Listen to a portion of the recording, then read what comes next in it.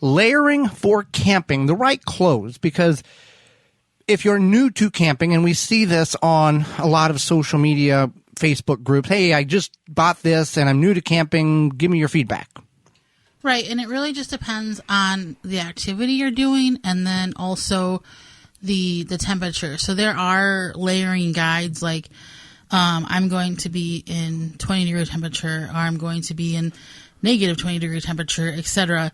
And then you can find those guides. But I did want to touch on a few things. One is that you want to go for a synthetic base layer or a merino wool. And this is important because it will wick the moisture away from your body and keep you warm. So you're looking like an underwear layer before you put on your intended... Like long underwear? Right. Yeah. And then you want a middle layer, or that would be the insulating layer of apparel. Right.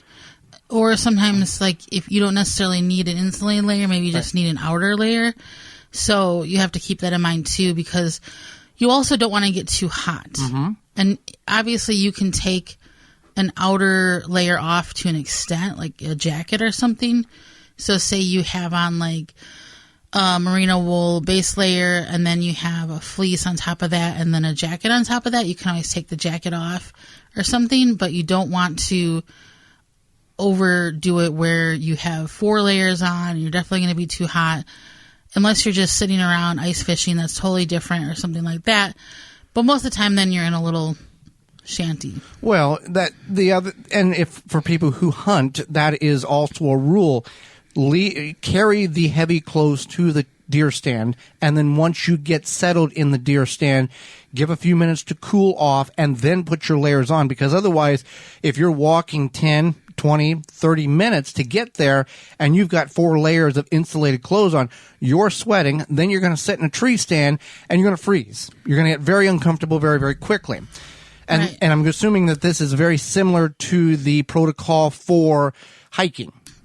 Right. So that's the thing, is that when you're hiking, you got to keep in mind that you're moving. So you're moving, that creates heat in your body.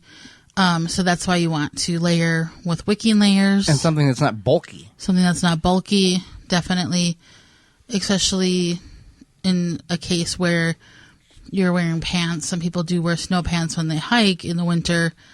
But if you don't need them, then they're probably not necessary. So it's good to layer otherwise.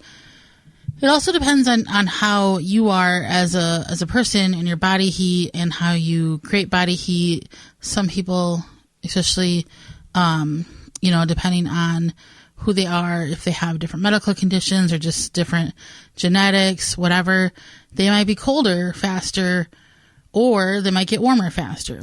Well, and when we talk about camping and layering the proper clothing for camping, obviously your mileage will vary. However, it can be 60, 65, 70 degrees in the daytime, but it can get down to mid-30s at night. And based on the type of sleeping apparatus you have and or the type of tent, it can be a very uncomfortable night's sleep. Right, and that's something to keep in mind as well, is that if you are sleeping in a tent and you don't have a heating something in your tent and it's just you in the outdoors, you want to keep in mind that layering is important there as well. And I would highly recommend merino wool, because that, again, is warm. It works with your body heat. It's wicking, so you're not going to get overly hot. It's going to keep you nice and comfortable. And that also includes your socks. Socks is probably the most important key to your sleeping. Warm socks, dry feet, you're going to have a much more enjoyable night. Now, we have found a brand that works very well for us, which is Grip 6. Grip 6 is it's American-made product. They have wool socks, they have wallets, and they have belts. We're going to talk about the socks because you can't really sleep in your wallet and your belt very well. No. But it's American-made wool socks, long-lasting, and it's made in Utah with Utah sheep's wool, and it is our go-to sock now. It keeps your feet warm no matter what kind of conditions you're in. Now, obviously, if you walk in water, that doesn't quite, it doesn't work as well. But if you are your feet staying dry, no matter what conditions, you are going to see a very humongous difference between traditional socks and the Grip 6 socks. Right, absolutely. And that's something that you want to keep in mind. I know, like, the last time you and I went camping, it was October, and the first night I had on cotton socks, and I didn't sleep well. I also didn't sleep well because I was trying to deal with the sleeping bag, and it was fine, but it was just a little bit bulky, and I wasn't used to it yet. So it wasn't that it was cold, it was just a different, I guess, sleeping situation or unfamiliar. So that's something to keep in mind as well. Grip 6 from grip6.com. You can use coupon code radio15 to save 15% off your order at grip6.com. Phenomenal socks. Will be the last pair of socks you'll ever buy. Long life socks. They're guaranteed for many, many years of heavy use. Right. So anyway, another thing is people think that cotton is best for all the things, and while cotton can be nice and light and natural in the correct situation for summer, for sure, just like linen, any natural fabric. But in this case, cotton, a lot of times, once it gets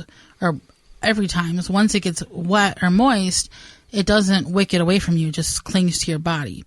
So that's why there's those wicking fabrics, a lot of synthetics, or there's, again, the merino wool that a lot of people use. Now, that merino wool is not cheap, but it is an investment. If you're going to be spending a lot of time outdoors, I would highly recommend getting yourself a set or two of that merino wool. It creates a good insulation and transports that moisture away from your body. So it is lightweight as well. So we've got several different layers here, and this is all different based on your location, the time of year, the conditions, and what you're intending to be doing, whether you're sitting around the campfire, hiking, or something in between. You may have to be very conscious of what you're wearing and when you're wearing it, because in the spring, in the summer, a cool night, if you're a little sweaty, it can be very uncomfortable, and based on this time of year, can be dangerous. Right, absolutely. Another thing to keep in mind is you can also carry layers with you in a backpack or something. Now, changing your bottom layer, your pants, might not be as easy, especially if you're in hiking boots, and it can be like a whole to-do. However, a lot of times, most people, if they have their core heated properly, that's what matters. So when you're layering for your bottom, it's just to prevent things like frostbite and wind. So not saying it's not important, but keeping your core warm is important. Also, I carry a rain-resistant jacket with me all the time, and it packs down really small in my hiking backpack, and that way I have it, it's available, and if it starts to rain and I need to put that on, staying dry is going to be helpful versus not.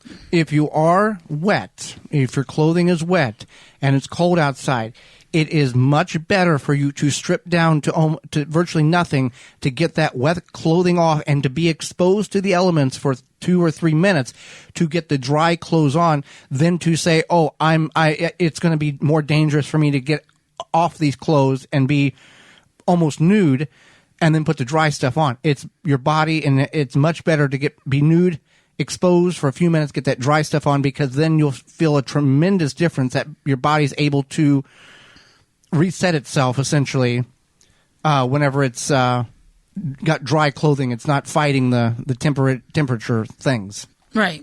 And that's something to keep in mind as well.